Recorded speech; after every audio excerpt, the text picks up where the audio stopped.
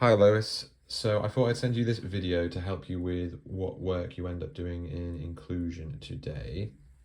Today we went through a harmony lesson where we wanted to do some songwriting, and we tried to go back to the absolute basics of using chords.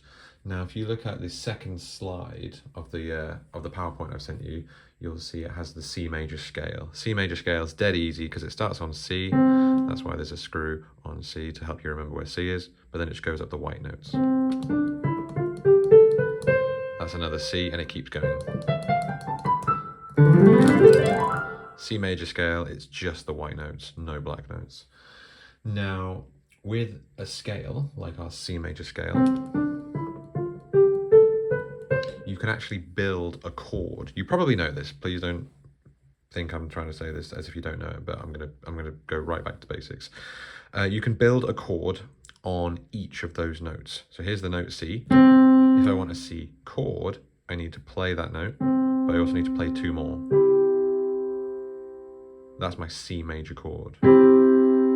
I can actually keep my fingers in this shape, this three note shape, and move it up the scale. So here was C, here's my C chord. Here's D, here's my D minor chord. Here's my E, E minor chord, F major chord, G major chord, A minor chord, and finally this weird B diminished chord, which just sounds really strange. It's so strange and very, very rare, in fact, that I wouldn't advise using the diminished chord. What I do want you to do, though, is create a progression using up to 4 of these chords. So imagine you've got 4 boxes to fill, and you have to use some of these chords. Now, you might want to start with the C major chord, so that's going to be number 1. And then you might want to go to the E minor chord. And then you might want to go to the F major chord. So that's 3 of them. And normally a chord progression uses 4, but I could just repeat that F major and have it go twice. So I now have chord 1, chord 2, chord 3, and chord 4.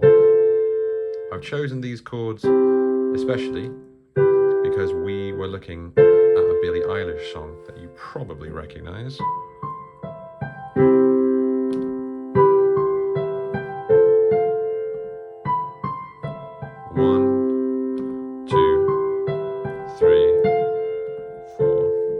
That chord progression was used by Billie, and it's really effective. There's loads of chord progressions you could create using different combinations of these 7 chords, 6 if you don't include the diminished one. So what I want you to try and do today is create your own progression using these 6 chords. Or you could take Billie Eilish's, or you could take the famous 1, 5, 6, 4 progression, and there's a video in the PowerPoint showing just how common that progression is. Some progressions work really well, some of them work less well. I want you to try and have a little experiment. But the most interesting and important slide on the slideshow is slide 8, because 8 has loads of different ways that you could spice up your chord progression. If I take Billie Eilish's chord progression and I play it in the most basic way possible, that would be number 1. On slide 8, you can see I've got 9 different things, and number 1 just says right hand chords only, and that would sound like this.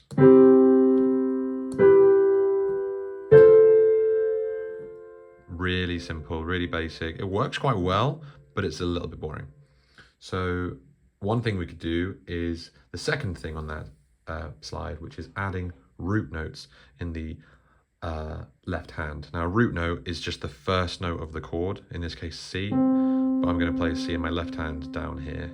And now I have. That just sounds a little bit more powerful, a little bit thicker, it's bigger. The third technique on that slide is similar. It says adding root note octaves in the left hand. So instead of just playing 1 C in my left hand, you can't actually see it on the screen, but I'm now going to play another C at the same time.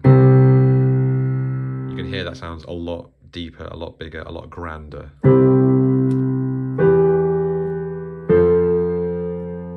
it's now not really sounding like Billie Eilish because it's too grand, it's too heavy. Billie didn't want it to be that heavy, she wanted it to be really relaxed, but you might want to create a progression that sounds bigger and heavier than Billie Eilish's. Number 4 on that slide is using the chords in both hands, so both hands playing the same thing.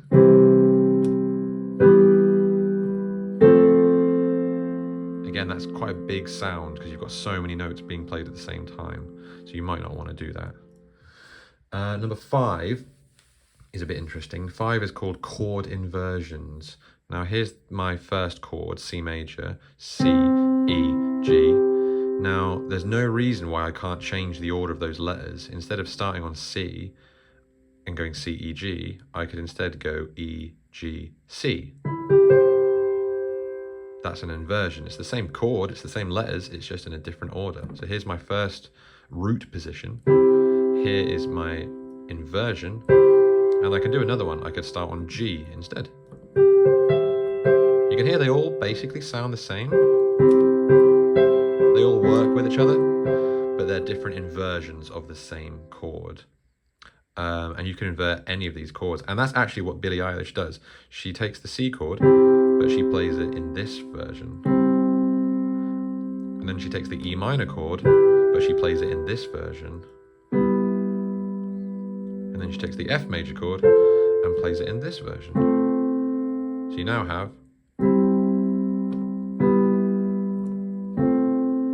which sounds a lot smoother.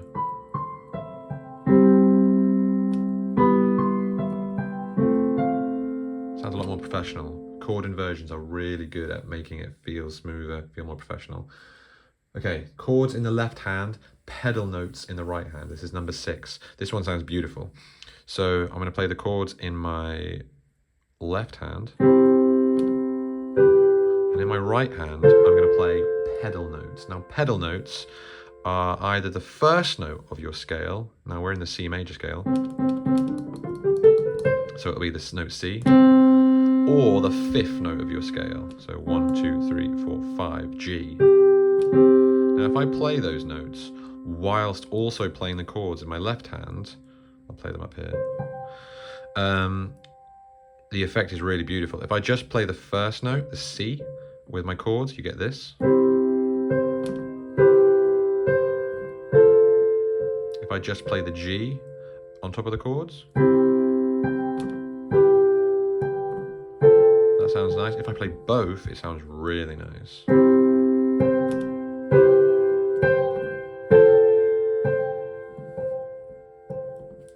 So that's pedal notes. You can do pedal notes in the left hand as well, but they sound a bit different. You can hear by having the pedal notes stay there, it sounds a bit static. It's not really moving much, but it still sounds cool. A few more. So chords in the left hand, melody in the right hand. That one's kind of obvious. That's the classic one you hear on TikTok and Instagram and stuff.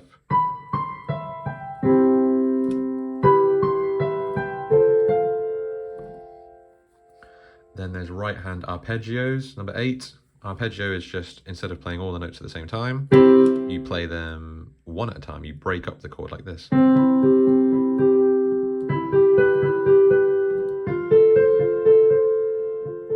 you could go upwards like I've just done.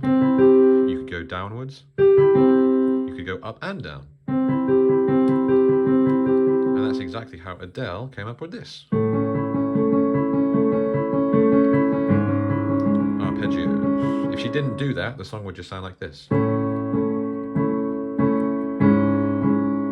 She also used inversions, number 5. If she didn't use inversions or arpeggios, the song would sound a lot different.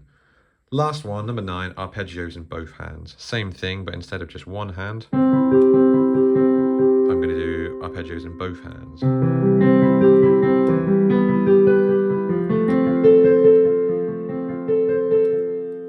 So that's 9 ways you can take a basic chord progression like this and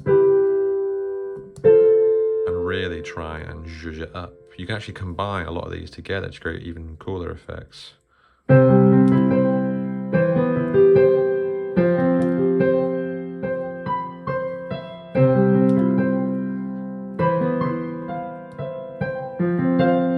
Although it gets a bit harder to play. If you can't play some of these, by the way, that's not a huge deal, because you're not being assessed on your ability to play this, you're being assessed on your ability to create something. And you could tell someone else to play it for you, that would be just fine.